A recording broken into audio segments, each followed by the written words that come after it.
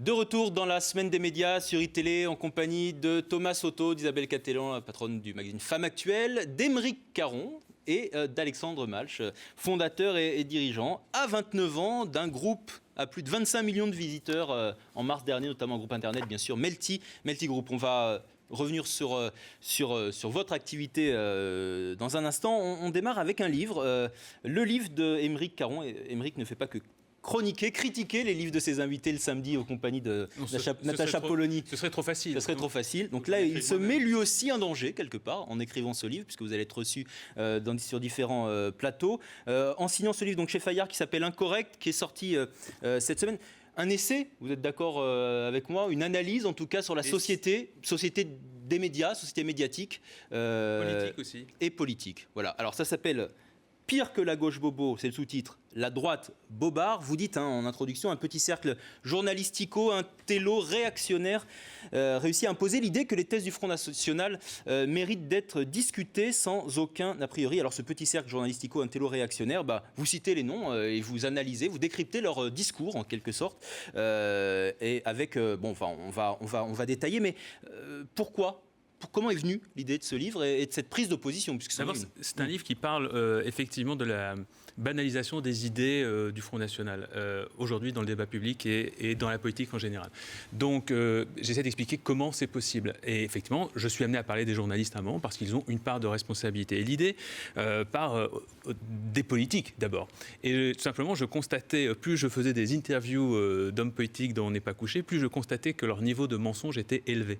Donc, à un moment, j'en suis arrivé à cette conclusion qu'il fallait un peu essayer de remettre les pendules à l'heure parce que je pense que les Français... Des mensonges sur quoi ? C'est-à-dire sur des chiffres, sur des faits, sur les chiffres, sur les faits, et puis aussi sur le rôle des éditorialistes. En cela est assez important. Effectivement, je cite un certain nombre, on peut le dire, puisque c'est dans le livre Éric Zemmour, Elisabeth Lévy, etc. Enfin, des tas de gens comme ça qu'on qualifie de réac, de néoconservateurs.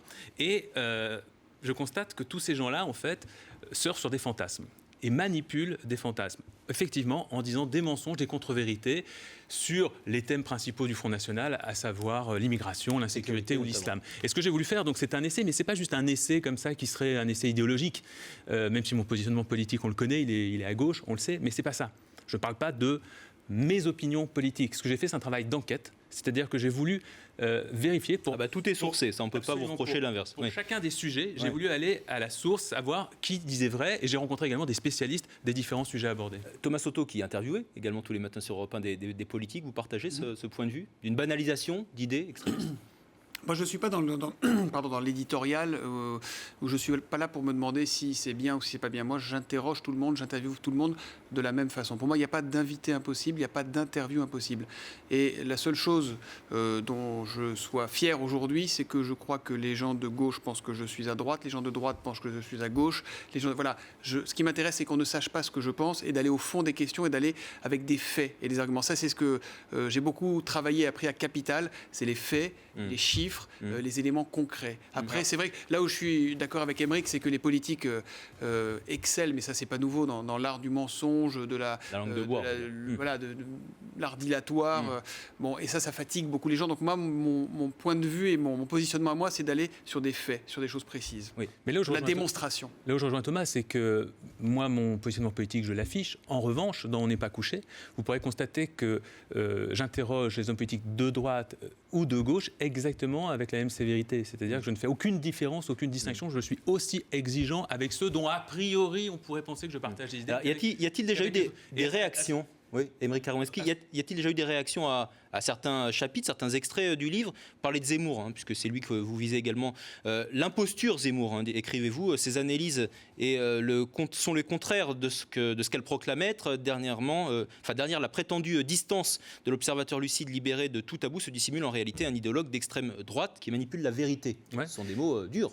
Ce sont des mots durs, certes, mais une fois de plus, ce ne sont pas des mots prononcés dans le vide. C'est-à-dire que chacun des propos que je tiens dans ce livre est argumenté et prouvé. En l'occurrence, en ce qui concerne Éric Zemmour, je suis allé rechercher certaines de ses chroniques, de ses passages sur iTélé d'ailleurs, pour essayer de confronter son propos avec la vérité, avec la réalité. En ce qui concerne l'immigration, par exemple, je donne des exemples très précis où il est carrément dans le mensonge, en affirmant, par exemple, dans une chronique sur RTL, qu'il y aurait 12 millions d'étrangers en France. Ce sont des chiffres qui sont entièrement faux. Pour cela, il utilise une rhétorique particulière. Il n'empêche que c'est l'impression qui reste dans l'oreille de l'auditeur qui l'aura entendu. Les réactions à vos écrits, quelles sont-elles? Est-ce que le livre vient de sortir, donc oui. Pour l'instant, il n'y en a pas trop. Non, elle commence à arriver. J'ai un petit souci, une petite réaction de la part d'Europe 1. Oui, tout simplement parce que comme il y a toute une part du livre qui analyse la manière dont ces mensonges peuvent être diffusés certains faits divers auprès des citoyens sur les antennes, et c'est par les médias. Donc je parle d'un certain nombre. Une fois de plus, c'est du concret. Donc je prends des exemples extrêmement précis. J'étudie la manière dont le sujet a été traité sur TF1, sur.